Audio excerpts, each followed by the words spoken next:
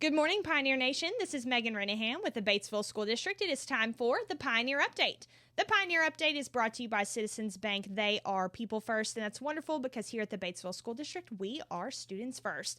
This beautiful Wednesday morning, I have the principal at our high school, Mr. Kevin Bledsoe. Good morning and welcome. Good morning. How are you doing? We are good. It is practice for graduation today. It's starting to get a little exciting. Yes, today is the day, so we're going to line them up, put them in their orders, walk them through what's going on, practice saying some names. Hopefully I get all those right on Friday, and we'll do my absolute very best. It's going to be a lot of practice for me on that, but today is a big day. It's a big day for the seniors. It's a great day to begin celebrating their accomplishments. You bet. And we're so proud of this group of kids. They're a wonderful bunch, high achieving, and it's just a fun day too. It's great to celebrate. First Community Bank is going to be feeding us, so we're thankful for that as well. And of course, we take care of all the things we need to take care of business-wise before we give them their diplomas. Yeah, so First Community Bank is going to be out there this afternoon, and they're going to be grilling some hot dogs for our kiddos, and they're going to be able to get their cords and their ribbons and all this good stuff they're going to need for graduation.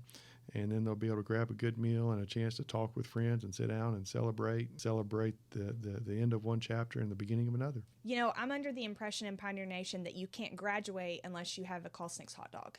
Like, truly. I think that that's just a rite of passage and stuff. Absolutely. That's what they call them. They call them during football games and everything else. They are Pioneer dogs. I love it. Let's talk about traffic and transportation for graduation, because I know that that's really on people's minds with the construction, but we have a solution, and I know that our team has worked incredibly hard to make sure we've got people accommodated. Yeah, so in case you haven't noticed, they're building a small building out there beside our high school, and actually starting to put some steel up yesterday and today. And so it may look like the campus is kind of divided by this construction site. We do have some access points, but what we're going to do, we have approximately 85 or 90 handicap spots. When you approach the stadium, if you'll approach towards a new parking lot, we'll have some signage. They're in a couple of different spots.